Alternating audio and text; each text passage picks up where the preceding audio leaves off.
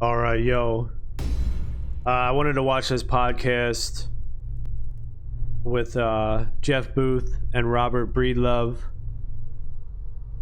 and I wanted to just grind some EVAVERSE. So I figured, when I was doing it, I just record it. So here it is. I'm not going to talk. I'm just going to let this run, watch this video, and grind some EVAVERSE.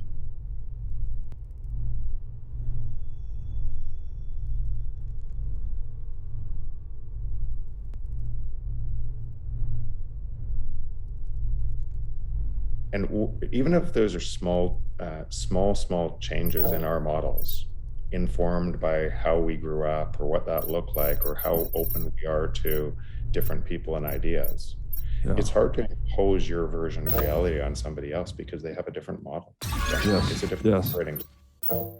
And unless they're choosing to update their operating system or model. And when I say models, if you think about those billions of models, we don't learn our picture of how an economy would work. Mm-hmm. One interaction is just all of these things built together that were just similar to if this had a brand on it and I saw the brand somewhere else. I don't need to update my model for the can. Right. And carries through and attaches to something else. Yes. Yeah. Okay. So there's a connection here I want to try to draw out with you. So you mentioned you grab the can of soda water, but your eyes are closed and something feels off, right? Maybe one of your fingertips is hot and you expected it to be cold when you grab the can. That breaks the consensus of your senses, basically, right? You have a certain expectation of weight, of dimensions, of temperature, all of these things, sound even. And if you break that consensus, there's another term for this too, consilience, where you get a lot of different data points from different perspectives. And then if they all sort of point the same direction, then it's an approximation of what's real, even if you can't get to the bottom of it, right? So what you're describing, I guess, with these models, every sense is a model of reality. Effectively, right? It's a different map. Your senses are contributing to your model of reality. To your one model, yeah. To your different models. So all these different models are in your brain, kind of saying, Gotcha. When I walk up the stairs, I have a prediction of so I'm constantly making predictions, and that next stair is going to be 18 inches higher than the one before it, and the next. And if the next one comes in and it's 32 inches or something different, right, you trip. Yeah. Pain. And it makes you question, wait, what's going on with this? Why does this look like this? And you either update the model for that one area of your mind, or that one house, or that one tree fort where it looks like that, so you don't trip the next time. Yeah. But you don't update everyone. All stairs look like that unless you keep doing that on every stair and all stairs. Yeah, so it's almost like each point of interaction or each touch point between our senses and the world is like a pixel on this screen of our, what do we call is it our worldview? That would be our collection of all of our models, kind of in one sense of self. I think, but everybody's worldview is different. Of course. Right? There isn't one person that I agree with on everything, nor do they agree with me on everything. But there's people I'm closer to, and our worldviews overlap on most things. Yeah. There isn't, and by the way, that's actually the positive in the world, because we're all learning. Yes. And our environment is changing all the time as well. And we're updating our models from that environment change. Yes. And that's so if we zoom out on the scale of this notion, that's what the market's doing as well, right? Each individual market actor is one of these perspectives or nodes or model makers, I guess.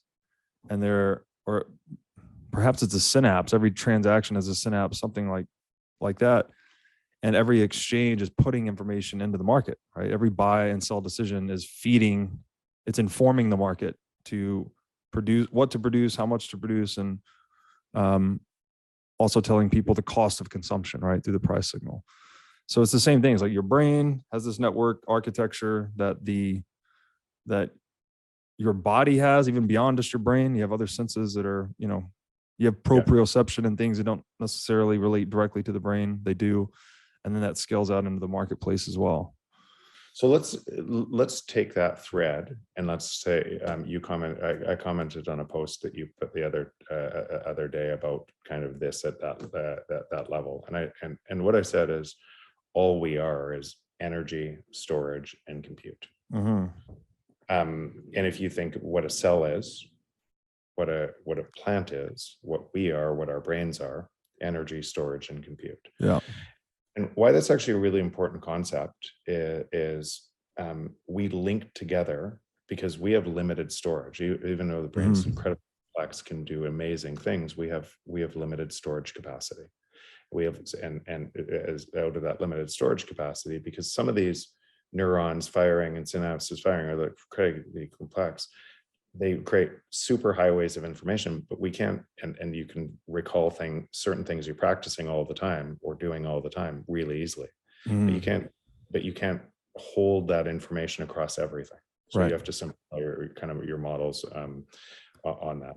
It's actually why we narrow our intelligence, not to just say we narrow our domain of field. So we're really good at something. Specialization. Expense of something else, and how economies grew as a result of that. But for that to happen, for economies to grow as a result of that specialization or the division of labor, what we do is we link together all of our minds, and by linking together our minds, we create a supercomputer. Right. And now just think that through. So, and the supercomputer, the more compute, more storage, the more performance. And why, if you look through the long arrow of time, and you say, actually, Jeffrey West wrote a book called Scale, where he investigated the biggest cities, and then the smaller cities, and the works. And I found that really interesting. But I think what is actually happening is, to hold that supercomputer together requires trust, and money is that trust that holds a supercomputer together. And so, that being a constant, if you had a bigger city with higher trust, you would have more supercompute, you would have more idea generation, and you would have a better economy and better standard of living. And if you had, and that followed kind of a power law on smaller cities, because you'd have smaller compute. And then where it broke is where you had big cities but no trust, or regions with no trust, and which makes sense because you would break the supercomputer. You would break the anchor holding that kind of those brains together. And so I think that's typically what we see as the evolution of our species: energy, storage, and compute, and us searching for ever higher kind of areas for storage and compute, energy, storage, and compute. And why books through the printing press was a staggering advance is because now we could store more information. And because of storage of information, we could apply more compute, more minds to that information. And that same thing is happening in computers today. Yeah. Whew. Yeah, again, a lot really good stuff there. I want to try and just weave some threads here with you, and we'll see where it goes. So this idea of language, by the way, because this whole supercomputer we're describing, the marketplace or the collective mind, whatever you want to call it, it's facilitated by language. It's also facilitated by money, but let's just focus on language for a minute. These are kind of the two, I think, most important signaling mechanisms or technologies. Another way to think about it, language is a technology in the same way that money is. They have some different characteristics, but very similar. Actually, let's say this: it's information, right? Yeah, informational tool, maybe. Yeah, it's information, and every piece of language accrues information. You'll hear that language different than I will through my own mental filter. that's exactly where I'm going with this, is the So value of language is the consensus of meaning on words. And most disagreements occur when two people are, this is talking past each other. Typically you don't have the same model of meaning for the word. So you're in disagreement because you understand the word one way, I understand the word another way. Yeah. But the value of language is to establish consensus on those meanings so that you don't have those miscommunications. Yeah, and you'll always have those miscommunications because Amazon, if I say Amazon in Brazil versus Amazon in right. America, it means two different things. And so there's a conflict there because language doesn't, it's information, but it could be perfect information. And I wrote about that a little bit in my book. And our model, my own model of what I perceive you to say Amazon to mean, or any word to mean, or any, it's not what you're saying. It's my perception of what you're saying through my model that informs that. Actually, by the way, if you loop that all the way back to trust, why trust is so important in connecting supercomputer, because if I'm looking through my model of mistrust and I'm expecting then I can't see what you actually mean. Right. It breaks the software. You're distorting the receipt of the message through your own negative expectation. My own model. Yeah. I think we've even talked about this. So a victim showing up in the world, right? And a victim, what they actually are really looking for is love and connection. Right. But they're distorting how to get love and connection. Love is all around them all the time. But they're distorting how to get it through trying to get love and connection. What they effectively do is push away the thing they want most, right, by trying to get it. But that view, well, it's sad to see. There's somebody right beside them. There's a totally different person that sees a totally different world, and their world is very different. Yeah, right. And that person's model of the world informing everything they see, but it's true for them, and it'll reinforce. And in trying to tell that person their model is broken, right, and the world doesn't look like that, it's hard to it's hard to break down that part of the model. Yeah, no, that lands a lot. And so yeah, the love and connect, because almost like trying to coerce love and connection, perhaps, like instead of just honestly seeking it, you put on either a victim story, or maybe could be the opposite. It could be an aggressive thing too, right? Where you're trying to victimize, perhaps, but you've been outed, I guess, through this us versus them thing, and now you're just seeking love and connection.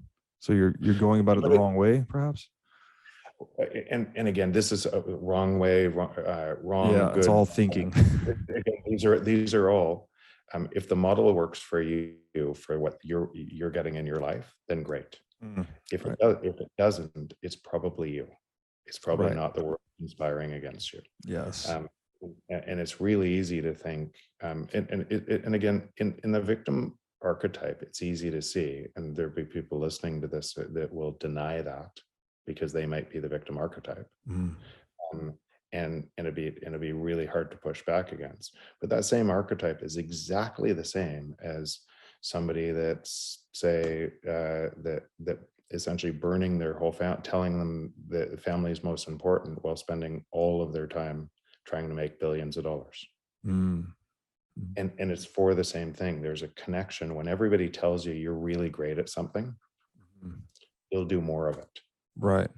To update your and you won't see that a lot of times you're pushing away the things that you tell yourself are most important. Wow. So we're full of these conflicts, and we often won't see them in ourselves. Yeah. Even though everyone around us can see them in us. This reminds me of, Peterson talks about outsourcing your sanity to those around you, because it's interesting, as you said that you'll do more of what people tell you you're good at, which is another way of saying what the marketplace rewards you for, whatever that is. I think it's actually deeper than that. I think it's what you feel like you belong at. What you love feel and like you belonging. want. So, Yeah. so I think Right. you're doing these things because it's such a connection to love. So that's Yeah. the why. I think that's the why in the electrical signals. Like, how do these get here? How do they how do they get stuck in these models in our brain that we Yeah. keep on loop to do, and we pull ourselves away from the things we say we want.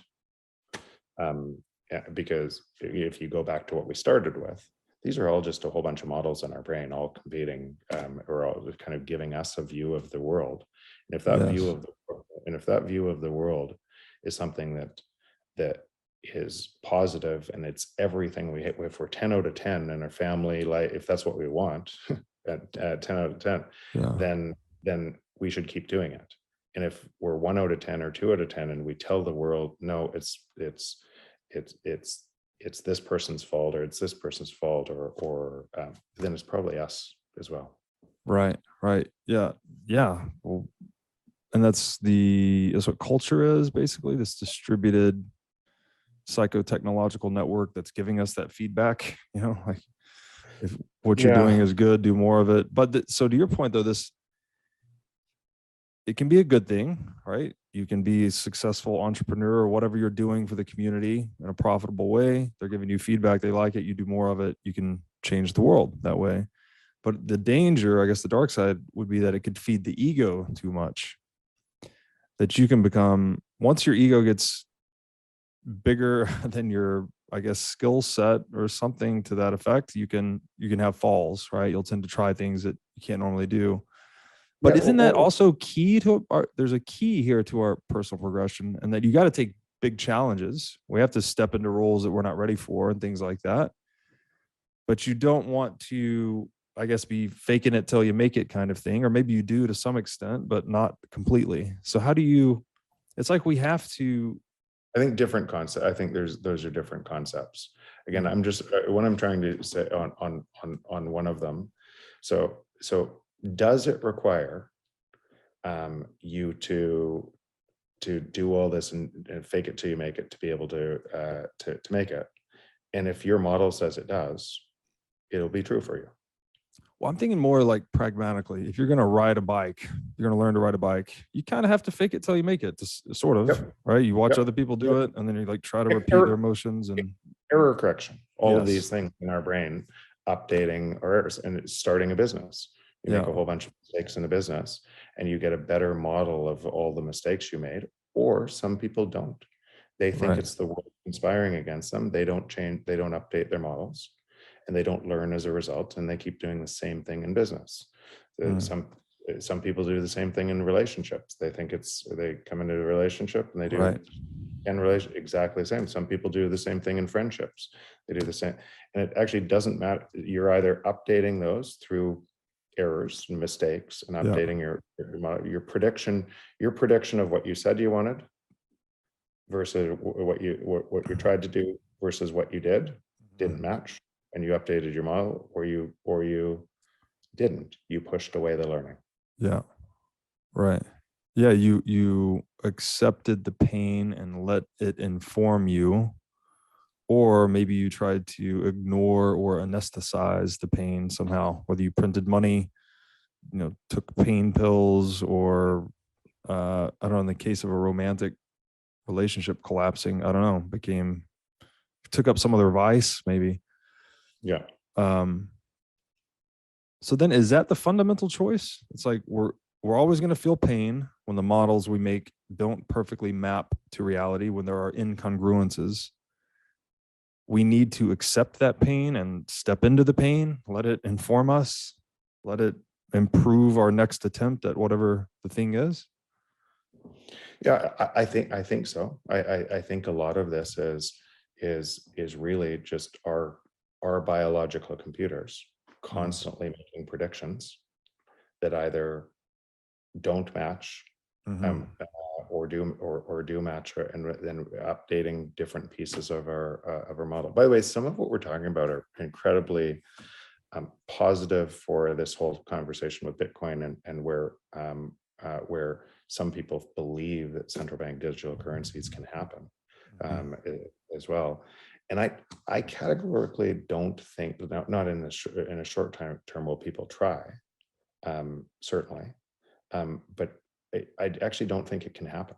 I don't, and why I say that is, our entire reality is us doing all of these things, right? Creating, so this was created by an idea, right? This was somebody in somebody's brain, that idea turned into reality. And that reality, through a whole bunch of people thinking that idea was a good idea, created a brand around this idea and a supply chain and created this. All it is was an idea in somebody's head. And that is the entire market of competing ideas. And we can't predict, on the other side of this, we can't predict that those ever changing ideas, because, and I use this example quite often, but we would have never predicted iPhone when we were using BlackBerry. We would have never predicted our change to a new model, to a new idea, and what we would do. So if you just follow that, then what you'd say is, no central organization could ever out-predict what our changing predictions will change, because we're changing all the time. We're constantly updating our models, right, based on new inputs. Our world's changing. We're designing the world we want to live in at all times. And we can't figure out when that change is moving through society faster and faster and faster, and what we'll do in that new reality. Any better than a central control agent could do it for us. So if you had a central control agent that actually tried to essentially say what society would look like, it could never actually work. You'd have to stop evolution. You'd have to stop. Right. And we won't put up with that. We think right now, because the system we're in, that's a risk. But it's actually not really a risk, because there's no way that we would do that. So the more it looks like that, the more we'll change to fight it, and the more that Bitcoin will evolve. Right. Because it and the more people will see Bitcoin, the more onboarding to that network effect, the more people it'll come into their consciousness where it wasn't in their consciousness before. Yeah, that's so. To try and engage in central planning is to fight the algorithm of evolution itself. Pretty much, because you have to, if name a society with central planning that on a long-term long basis has outperformed the free market, and you don't. And this goes. There's a great paper on this, and I'm sure you've read Friedrich Hayek's Use of Knowledge in Society, where he talks about how knowledge is discovered and distributed. You know, he's describing this decentralized computer we're talking about here, that it always outcompetes central planning by definition. It has higher bandwidth, because you're using each conscious actor's throughput versus just a few conscious actors' throughput. So the whole is always more than any sum of its parts. Supercomputer versus a 286. Yeah, right. And it has to be. And so what you see is the evolutionary, or what we're going through. We're going through a transition in time where a whole bunch of models are being disrupted. Yeah. Because they've been the same for a long time, and we've taken and we've grown up in those models that like an inflation is required for the productive economy. Yeah. Nobody even questions it, because you lived in it so long. If you actually question it, it's ludicrous. Right. But people don't question that core tenet just because they haven't questioned that part of the model, and they've been inside a system that it looked like that might work. Yeah. And so now, as it starts to not work, and you start to see the feedback systems of it not working around the world, and what the next steps are, more and more people start to question that base assumption, and the models change. Right. And that's what's happening in Bitcoin. And that's why this conversation on Bitcoin is so intellectually stimulating and curious, and because you're around other people who are really curious about these sorts of things, and they're trying to find that root and update their models. And that's why once you see it, you can't unsee it. Yes. Yeah, no, this is great. So the supercomputer we're describing, this organic distributed supercomputer, the free market, incredibly now has given rise to actual supercomputers. I mean, we didn't really have the language to talk about this thing before the digital age. I mean, thank goodness we had people like Hayek writing about it very eloquently and beautifully, but he didn't have really good analogies, because computers weren't really a thing back then. But so we kind of get, when you let this distributed supercomputer run, it blindsides us with innovation, right? We just get brand new, spectacular things, solutions to problems we could have never before imagined. Yeah.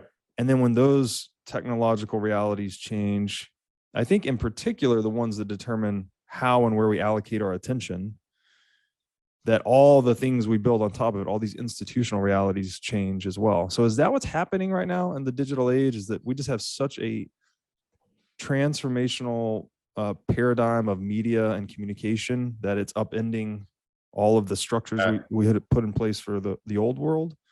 Partly, but if you just looked at an engineering solution, right? If you think about, I think about this all the time, and it's going to sound pretty simple, but I used to say in businesses, if you have a shitty process and you automate that shitty process, right, you have faster shitty process. yeah. Everywhere else. So the input matters. Yeah. And so if you have a, and this is what I explored in the book, but if you have a technology process that's supposed to be driving price down as that efficiency is spreading out to society, and you have an error code in money that has to go exactly the other way and print money to offset it, to pretend we can still live in a society like that, right, to keep inflation constant or semi-constant. Otherwise the whole system collapses. Yeah. Right. So if you have those things, and that error code has to exponentially grow, right, and then you automate it with technology, right, you just turned up the speed on it. Turned up the speed of misinformation everywhere. Yeah. Right? Because we don't actually want more money. Money is the trust, the information that glues the supercomputer together. We want what we think more money will buy us. We want what we think more time will buy us. And when you have misinformation and money, and then you apply technology to it. So people think it's Twitter, Facebook, all of this. That's just the technology automating a terrible signal, a terrible error code through society. And society is now inside of that error code, and looking through the error of that misinformation at an exponential rate. And Bitcoin is the exact opposite of that. Wow, that's super interesting. Okay, so input matters. You can't automate a shitty process because that just makes things worse, not better. This reminds me of kind of a tangent too, like one of these great promises of Bitcoin that I've somewhat struggled to articulate, but the more people that can make their work their play, right, the freer and more wealthy we are, then individually we can pursue the things that are most meaningful and interesting to us. And then presumably that typically gets us into some line of work that some of us are fortunate enough to discover that you would just do anyways. You would do independent of the financial gain. So it seems to me like if you get more fiat out of the system, not money, but this idea of telling people what to do rather than letting people do what they want. That's what I mean when I say fiat. The more you can get that out of the system and just leave people alone. Safety had a great quote on the Lex podcast. He said, when you leave people alone, capitalism happens. So it's just like, it's non-intervention, essentially. Which ties into a lot of things, like even the Hippocratic Oath of Health, right? The first thing is do no harm. Or was it let food be thy medicine, do no harm? I mean, it's non-interventionist approaches to dealing with reality.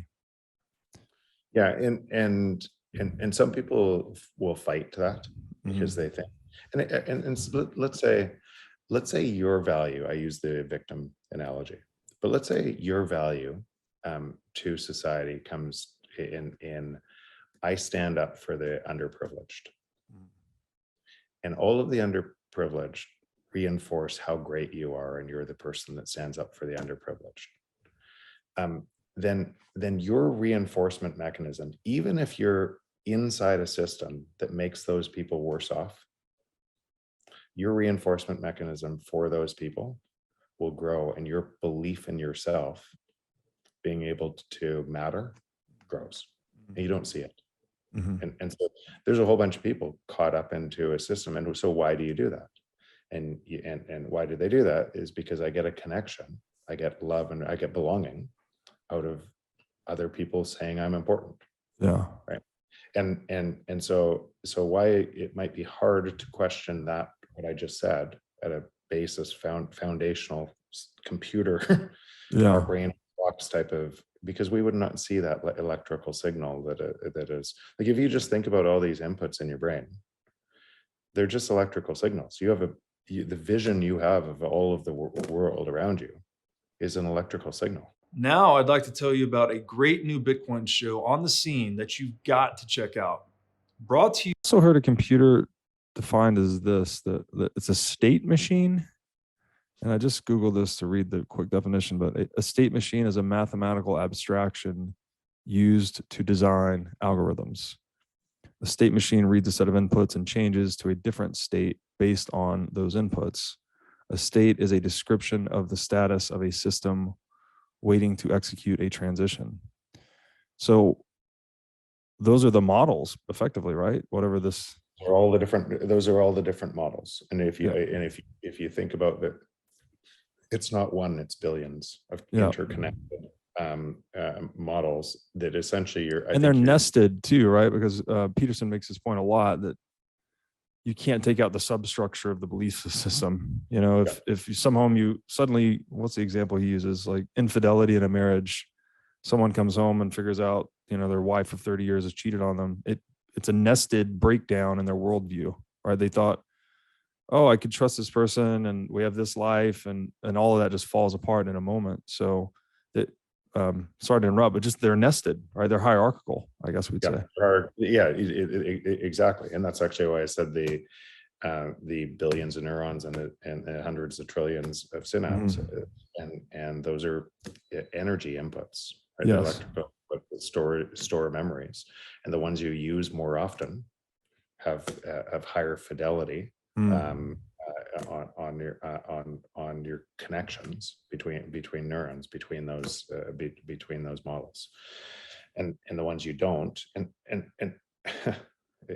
this is what got us talking about, or potentially having this podcast, what we had in Miami, that conversation. And if I think about this at that level, and where we just talked about Einstein, and essentially the universe pretty simple, and we're searching for that truth, kind of what but Einstein's model of physics, standard model of physics, works for things and works for most of the universe that we see, but it breaks down at the quantum level.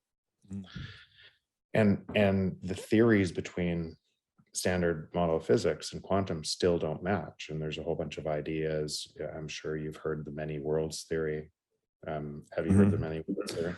Every time you have an idea, the opposite idea, or whatever you didn't think of at the time, is in another world. Oh wow. So billions of different worlds, and I think David Dosch explores that, and I don't think that's, anyways, I don't find that very compelling. I think actually what could happen is this: inside our brain, at the same thing in I have to assume, I know this is made up of a whole bunch of atoms in a certain configuration. So is my table. So is my so is everything around us. And at the subatomic level, what makes up that? And at subatomic level in quantum theory, if you think about the double slit experiment, then then the observer, so two slits, and you take a photon, a one photon, and you look away, and the photon appears to go through both slits Right. simultaneously. But if you watch that, it'll only go through one slit. Right. So the observer has an impact on the outcome. Mm-hmm. If the observer has an impact on the outcome at the subatomic level, that throws a real wrench into how we perceive things at the bigger level. Mm-hmm. Right? What if that same thing is actually the thing that's happening in our brain? What if and I use the example. I say you have 100 people in a room, right? And you're at a party, and if you were running kind of imaging on your brain at that party, you would see through these electrical connections stimulating all of the different conversations. Mm-hmm. But you'd be having a conversation with one person like we're having now, but all of the other stuff is below your consciousness, right? And if somebody said, hey Robert, or didn't even say hey Robert, but said hey Robert across the room, you would immediately tune out of our conversation and tune into a different conversation. Right. Yeah. And what could be happening there is your intention, your reality is actually being informed that your observer of the reality is actually creating your reality. And because you have to assume there's another 1,000 conversations that are happening that night. Mm-hmm. Any one of them could change your life forever. Why didn't you hear all the other ones? And when the many worlds theory says is they all happen, they're just in different universes, different realms. I think they just like the double slit experience, they didn't exist in your model. They just the wave function collapsed, right? And you created your reality. And so, what stuff do you perceive? Where does your attention go? What do you hear? And what creates that reality? And if you think that through, we're likely not to see other realities. We're not actually, a lot of times we might not even hear them, right? They'll be below our subconscious level. They're hitting, maybe even in Bitcoin, there's a whole bunch of people talking about Bitcoin. There's a whole bunch of people that it's below that level. It's not even, they haven't even heard Robert across the room. Right. It's tuned out. Yeah. And then something, we never know what that something is, brings it into something where I can look at it and then maybe update my model. It fits into your model somehow, right?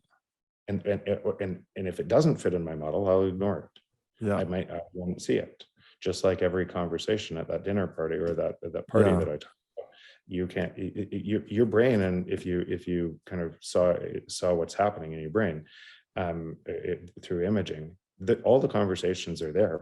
Your brain's picking them all up, but the one you're focused on creates a P3 wave, and the neurons all fire together, and you can see that coming into your consciousness where you can actually make decisions on it. So what if, and it would make sense at that level. So again, we perceive at the higher orders, and we perceive the things that kind of updating our models all the time. But we wouldn't perceive, kind of at the quantum level, we wouldn't perceive all of the things that could be in our attention that the observer actually has effect on creating the world we see. Yeah, that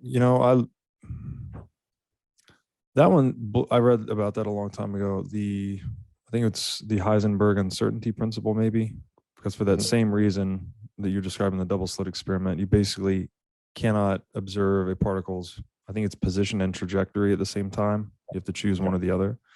So this points to this fundamental nature of reality that is probabilistic, clouds of probability, and we're collapsing these clouds with our attention. Like, it doesn't happen until we look at it somehow, which is really strange to think about. And so all of that, when you went back to, do we live in a simulation? Yes, but that simulation is all controlled by our brain.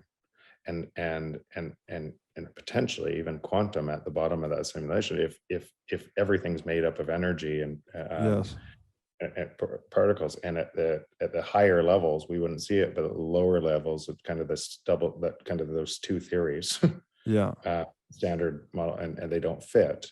Maybe it's just the levels of granularity, and as you get to a smaller level of granularity, you don't see that electrical signal is actually, you have intention that actually causes that to what you see. Yeah. Yeah. So there's another book I read that actually describes, a book on quantum, described particles themselves, which most of us today in modern culture, we think particles are a thing, like a physically manifest thing. But this author's perspective was that they're actually just one of these models, one of these mental models we use to describe wave interactions.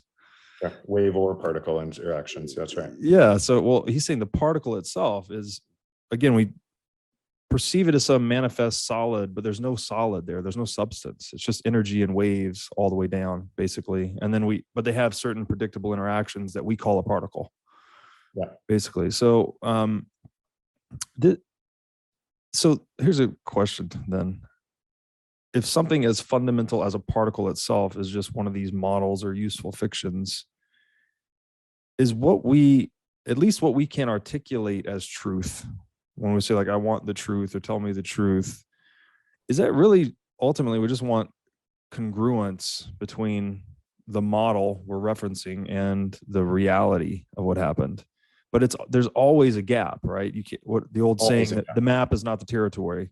So you're just looking for Always. the highest resolution map in someone's explanation, presumably. Yeah. So take take us right now. We're talking about this in Bitcoin and a whole bunch in Bitcoin. That people, it's curious. We're around a whole bunch of people that find this curious. It's exploration and find it exciting. But if I just took myself out of this conversation and said, or put another person and said, I'm living in a tent, camping full time, that's all I'm doing, and they love their life. Mm-hmm. Is there anything about Bitcoin that matters right now to them? Right. And do they even think about it? Do they need to think about it? Maybe if kind of as the whole world goes the other way, potentially that turns into, but you can see that their model of what that matters to them is just fine. Right. Yeah. And so why this matters is when we attach ourselves to what we do, and we say we're the thing that makes this work, we lose ourselves in the thing.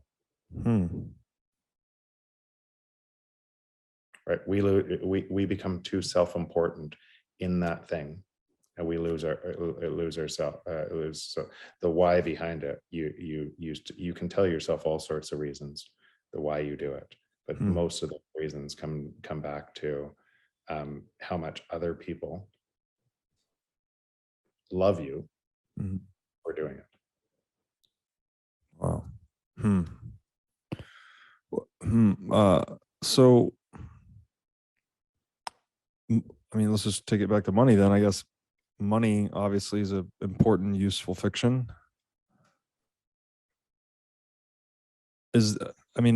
What I'm getting. So imagine the division of labor without money. It barely exist. It can't exist. Right. And so imagine the supercompute function between us without trust, and it can't exist. Right. That's all that's kind of at the base of money. It's just information. And so the more we can rev up this distributed supercomputer with, say, high integrity money, right? Money as a useful fiction that lets us trade time and energy, the more closely or the higher resolution that useful fiction of money maps onto the reality of time and energy, the more that supercomputer runs, the more civilized we become. The alternative being turn off the supercomputer and be animals, basically. Yeah, and that's actually why prices must fall, right?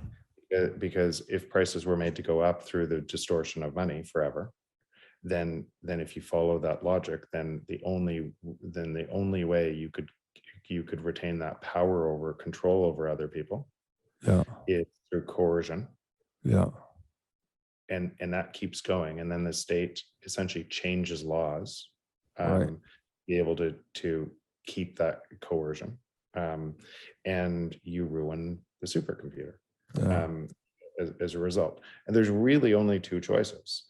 And so because our productivity gains, if you had this connection that was sound, would translate into lower and lower prices all the time, forever.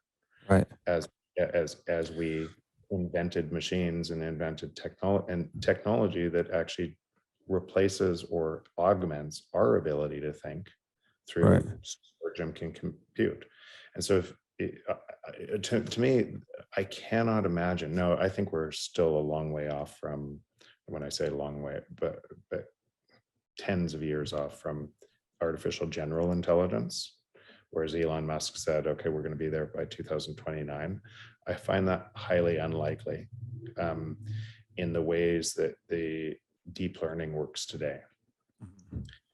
Because all of these models, deep learning works in a different way, and in a narrow intelligence, you can remove a whole bunch of labor. A narrow intelligence and can do make things, but a general purpose where the Go computer can drive a car and the driver a car, I think we're a long way away, and actually potentially a long way away from some of the things we're talking about now. How our brain creates a general purpose computer to be able to solve that.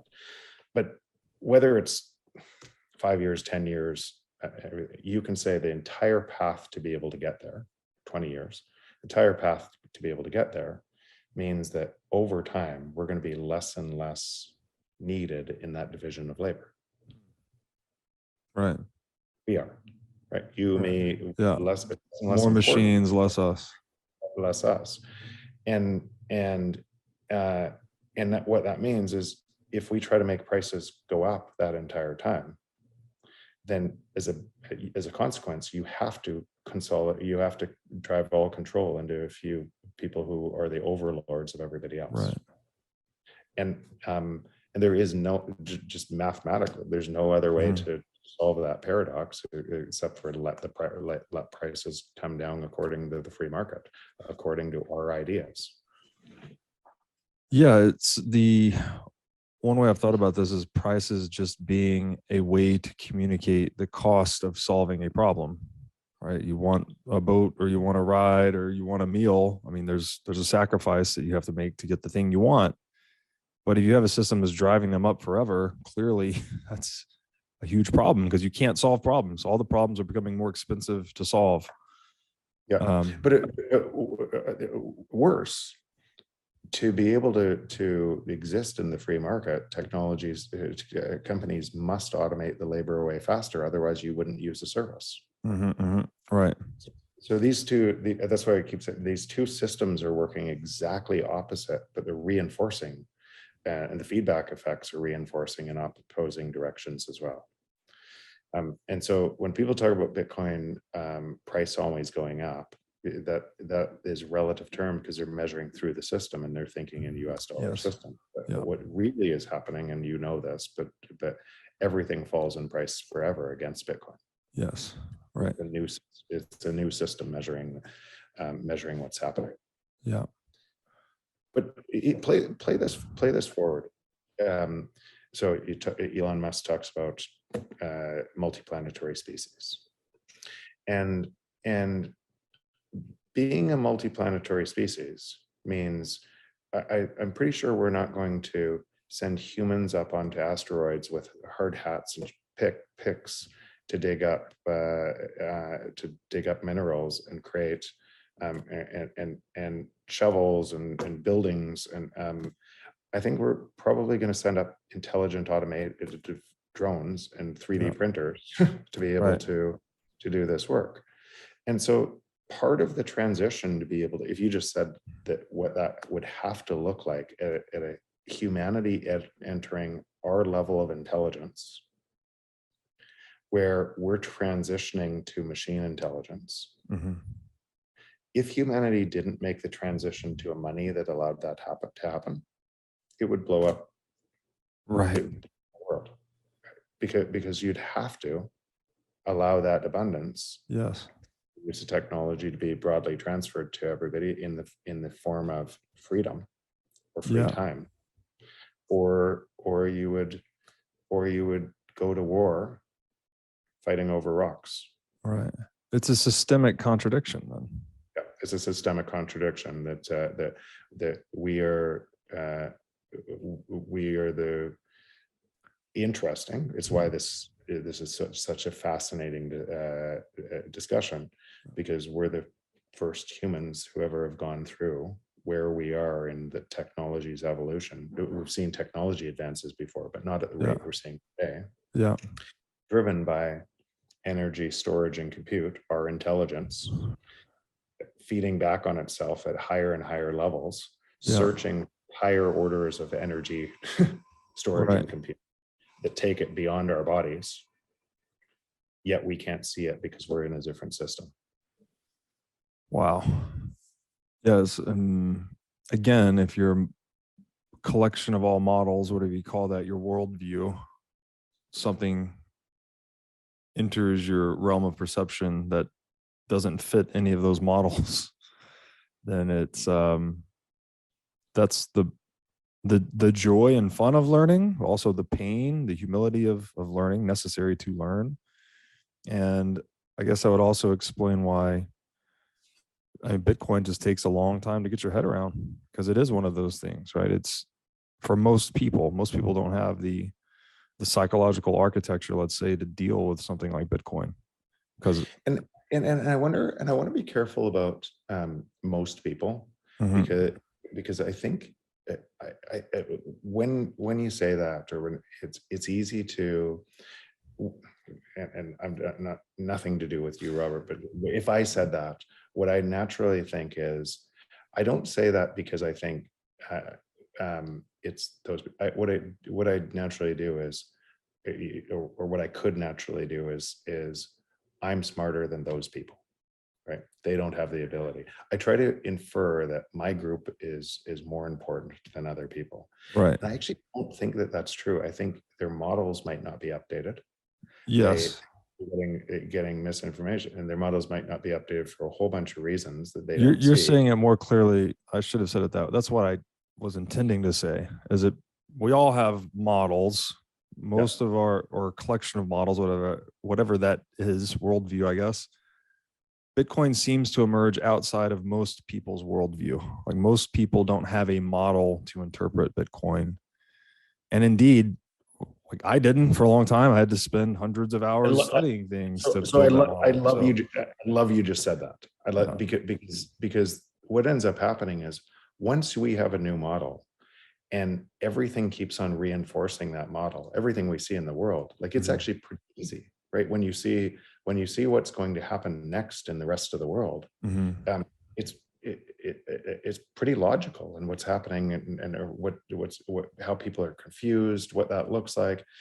I look through it and I go, okay, this is just like, I almost don't need to talk about it anymore. It's just a pattern of an existing system trying to fight off the inevitable. Right. And what's happening on Bitcoin is pretty simple to see, and because and my model on it just keeps on reinforcing. This is what's going to happen next, and everything else. But even coming to Bitcoin and understanding that learning, I easily forget that I didn't once know it.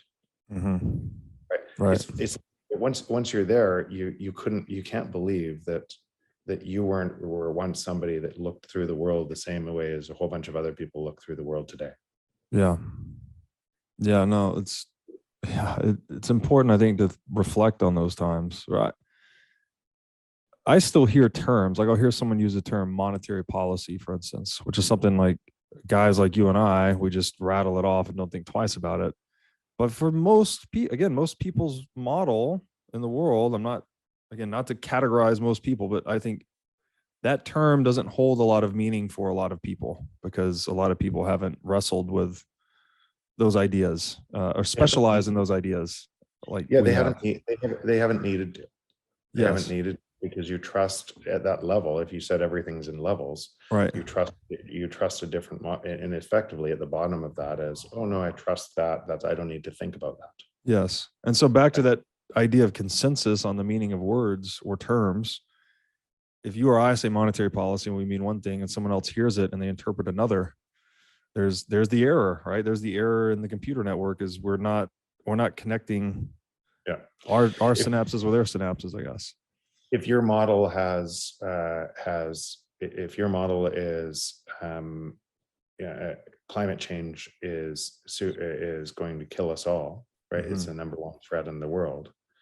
Then fighting that model with Bitcoin uses energy, right? Is like it's hard to overcome emotion with logic, right? Yes. And even right. and if that model is based on top of a monetary policy that makes the entire system worse, and you can't solve it, it doesn't matter. Everybody's reinforcing essentially you're saving the world, and you're actually making the whole thing worse. Right. But try to break through that from you're wrong. It's a hard place to break through from. You have to almost go deeper on that question. That's why I keep coming back to that question. Okay, how do you solve saving the world through a monetary policy or a system that must grow forever, right, on a planet? And it's only then that people can go, oh, maybe I'll look somewhere else at a deeper level. But okay, these emotional triggers kind of that in our brains that fire those neurons faster, right? Or just lock in memories. Those they'll lock in a memory, and we won't see the error code because of the emotion. Right. So, okay, I'm struck by this connection that we talked about a computer as a state machine. And so now I'm thinking the state as in the government, and then a state machine as just being this generator of models as we're describing, right? And at any time it has some, I guess, aggregate or collective state.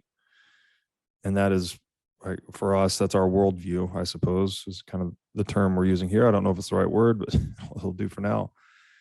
Does that then explain some natural role of the state on this distributed supercomputer, that you do need some governing mechanism, some limiting principle to regulate the machine? Or am I just drawing a spontaneous connection between these two things? Yeah. And again, there's I don't know quite where to go on this, but I do believe that in some sort of and I know some people don't, and some people don't in Bitcoin. There's no role for any government, and it's just every member for themselves. I suspect that we will agree on different rules than that. Right. And some people might want those rules, and some people might go into that world and say, and then some people will choose to have a rule of government that is constrained by choice of the free market. And what I mean is the government would get way smaller. Right. They would be elected with essentially by telling you the truth about where your money is going for services. Would you like a firefighter in your city? Here's what it costs. And instead of I'm going to hide how much I can pay you and pick your pocket. Because that's not a democracy. That's not I don't think we've ever seen what society could look like under a Bitcoin standard, what it would look like. So our models of what democracy means, libertarian, Austrian economics, our models of what these systems look like must be biased. Right. By the history that we've evolved in, they must be. because we've never seen an innovation. We've never seen something like Bitcoin that operated differently, where you could have velocity and money through peer-to-peer transactions. So if and something so stable that it was outside the hands of government. And so if we've never had that before, and we look through the historical lens of all of some really smart people and different ideas, challenging ideas, then our models must be wrong for what that looks like. We can intuit what it might look like. We can predict what it might look like in the future. But that's for us to decide as we build the future. Yeah. So that's really well said. Is it this? I mean, it's basically the algorithm of evolution itself working through us that creates this distributed computing system we call the free market, right? It seems to me the underlying most fundamental thing that's happening, which is also a paradox, because something is absolute to the extent that it is unchanging, but it seems like the only thing that never changes in this universe of ours is change itself. And nature, or at least biological nature, is just trying to throw the spaghetti at the wall to see which strategies work. And that's done at the individual organism level, the organizational level, and even the technologies themselves that we're using to fit ourselves together. Do you ever get the sense of that? I mean, I feel like no matter where I zoom or zoom out or zoom in my thinking, that I end up in this kind of Darwinian process everywhere. I love discussing this. I love to kind of because how deep does it go, right? Yeah. Does it go all the way down to quantum? Right. And does it mean my actual intention creates the world I want to see, or contributes to the world I want to see? And you'd never see those ideas spread. How many people those touch? You never know. How many people that you turned a light on, but they didn't get all the way there until 5 years later. Right. How my own thinking evolves through this process, and how things that I would updated models, or things that I got wrong, and how do I and if I see everybody else making, say, mistakes, or what I would consider errors, and they believe that the world's conspiring against them,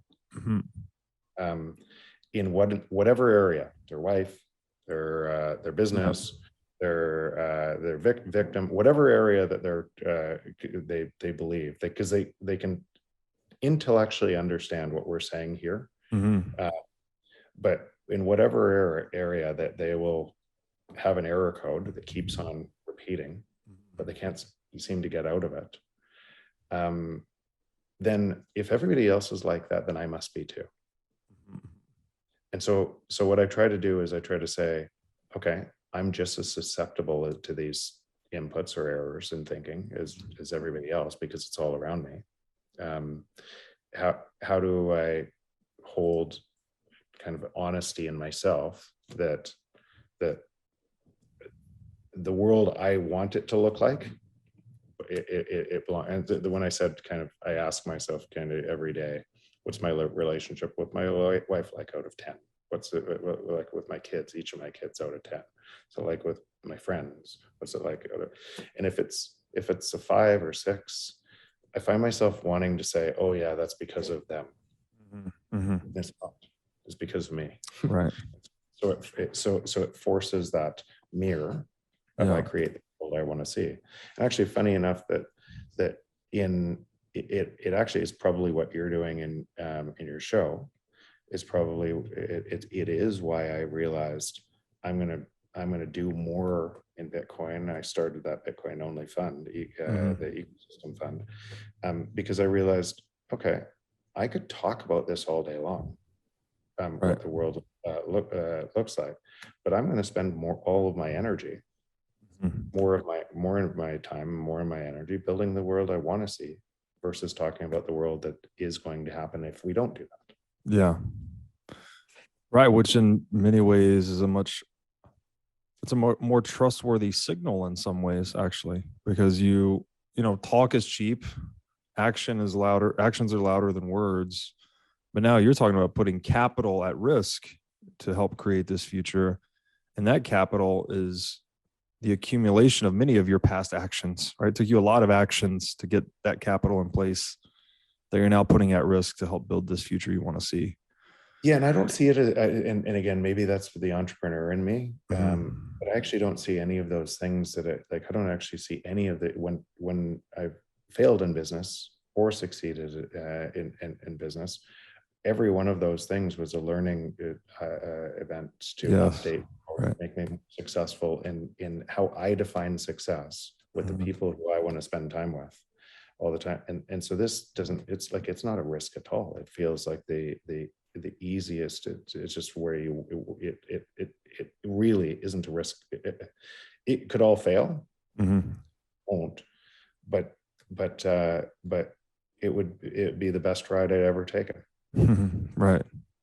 Meaningful, right? It's just a meaningful pursuit. Meaningful because you're building with people. This is how I feel about most of the people in the Bitcoin community. You're building with people who want to see a better future and are actively taking part in that future. That's why when we were I think you met her as well, but my wife couldn't understand, even though she's really into Bitcoin and the works, she couldn't understand how deep my friendships were in this around this community, right, until she came to Miami. And then she said, I get it. These, like, just every single person we're meeting, just some of the nicest people I've ever met. Yeah, it's beautiful. The common values among Bitcoiners is a real beautiful thing. And we've all, Bitcoiners too, is this useful fiction of who's a Bitcoiner, who's not, but we all have our rough edges. And just to echo back what you said, this is sort of like Solzhenitsyn in the Gulag Archipelago, where he said, whatever your life situation is, the more you take responsibility for it, the better the outcome, right? Instead of trying to play the blame game or assign it, just take responsibility for it always, at every moment. And you'll make that a better situation. You mentioned, I'll leave you this question, I know you got to go. You said it sounds like you are crafting your life towards your idea of success, which I hope most of us are trying to do that at least. What is your idea of success? I update that model all the time, and there is no one answer, right? Sometimes you go off, you go off too deep on an end, and you find yourself down a rabbit hole, and you come out of the rabbit hole, or you hit a dead end, and you go, that's wrong. And so I can only ask myself that every day and say, say, do I like what I do every day? Do I like the people that that I'm around every day? Do I like all of the choices? And if those choices in aggregate are great, then my model's probably an accurate reflection of what I want it to be. And if it isn't, then I look inside rather than outside to say, what am I doing wrong? And so, but I don't know. I don't think there is one. I don't think there's I don't believe in utopia. Right? I don't think there is, because we're going to always want more. We're these prediction machines, and we're constantly looking to evolve. We're constantly challenging. We're trying to, how do we move that further? And I am too. Beautiful. Yeah. So there is no idea. It's just a dynamic process forever and ever. By the way, which is actually really exciting, really encouraging, because we really are the future we want to see. Yeah. Right?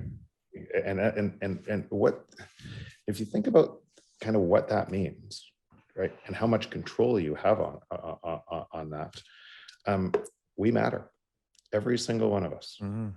Every single one of us making our small interactions with everyone else of us and updating each other's models as a result. Yeah.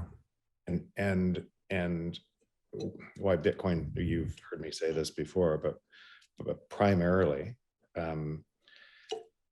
if you have an incentive structure that works for the world, then you'll see the best in humanity.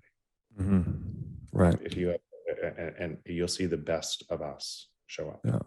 You have an incentive structure that is designed for the worst in humanity, you'll see that incentive structure, you'll see the worst of humanity show up. Right. So if you now you believe that the Bitcoin is that new incentive structure, then you want to move as fast as you can and help other people see To the outcome. Yeah. Yeah. The old Munger quote, show me the incentive and I'll show you the outcome. Yeah. I think it's a beautiful, I really appreciate this conversation. I was looking forward to this one because we planted the seed, a couple of months ago in Miami. So Yeah, that was fun. Yeah. We'll do this again soon. You bet. Thank you, Joe. Awesome.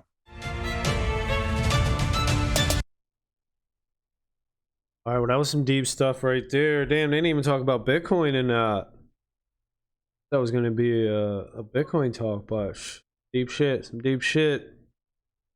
Biggest takeaway, experiences. You can change the world by just having positive experiences in your day-to-day life, because you're creating positive experiences with others. If everyone's doing that, then the world will be positive. Good things will happen. So that is some pretty deep shit to think about. That you could change, you literally can change the world by your own actions. Seems like it's not possible, but if everyone's doing it, then it's clear. That you probably I got to probably watch that one again, because it was a little hard doing a race, paying attention to something. All right, good one.